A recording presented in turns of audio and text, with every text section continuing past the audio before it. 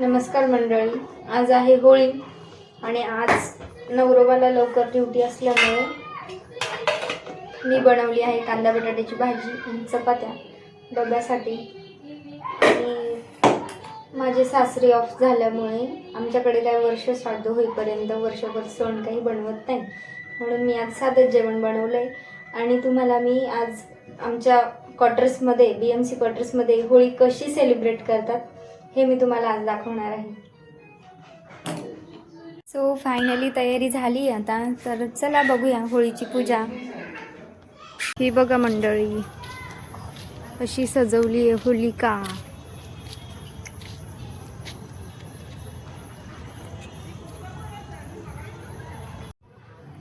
तर इकडे आता होळी समोर दिवे लावलेत आणि शरवायला ते दिवे बघून सारखे त्या दिव्यांकडेच पळायचंय।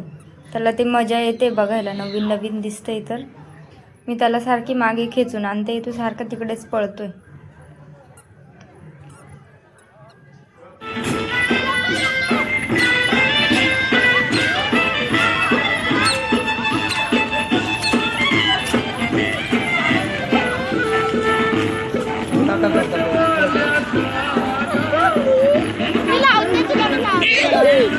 मी दादाला लावते।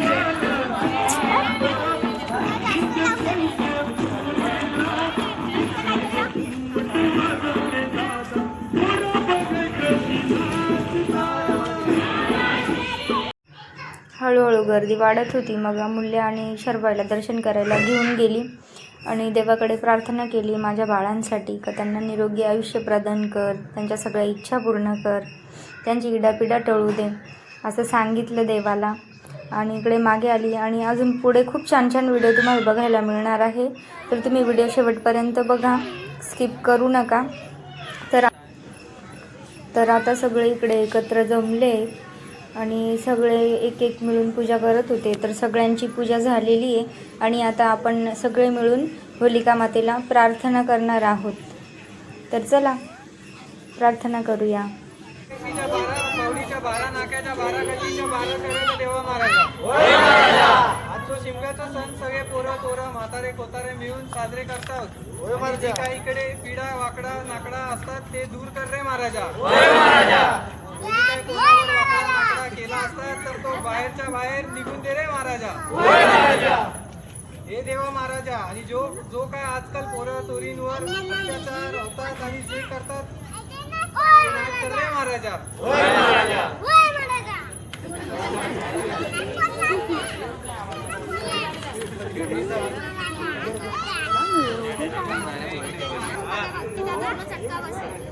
तर प्रार्थना करून झाली आपली आणि आता होलिका पेटवायला घेत आहे। तर चला बघूया आता पुढे कशी दिसते होळी।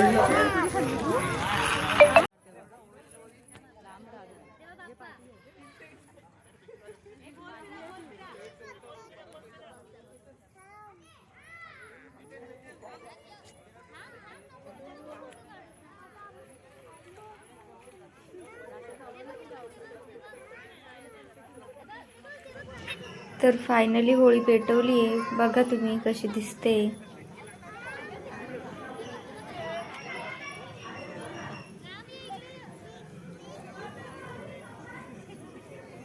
आणि ना खूप छान वाटतं असं सणाच्या निमित्ताने का होईना पण सगळे एकत्र येतात, लहान मुलं पण खेळतात, छान वाटतं असं।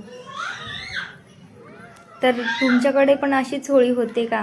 कमेंट करून नक्की सांगा कशी होती आमची BMC क्वार्टर्सची होळी।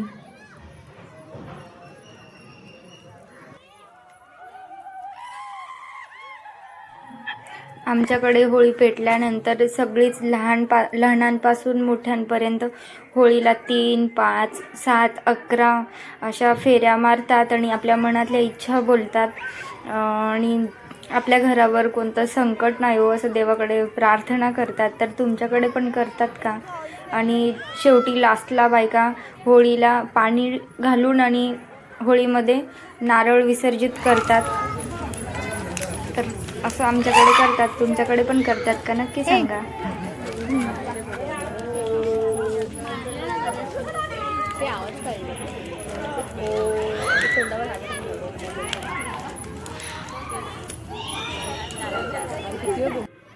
तर आता इकडे सगळं झाल्यानंतर लहानांपासून मोठ्यांपर्यंतची होळी चालू झाली.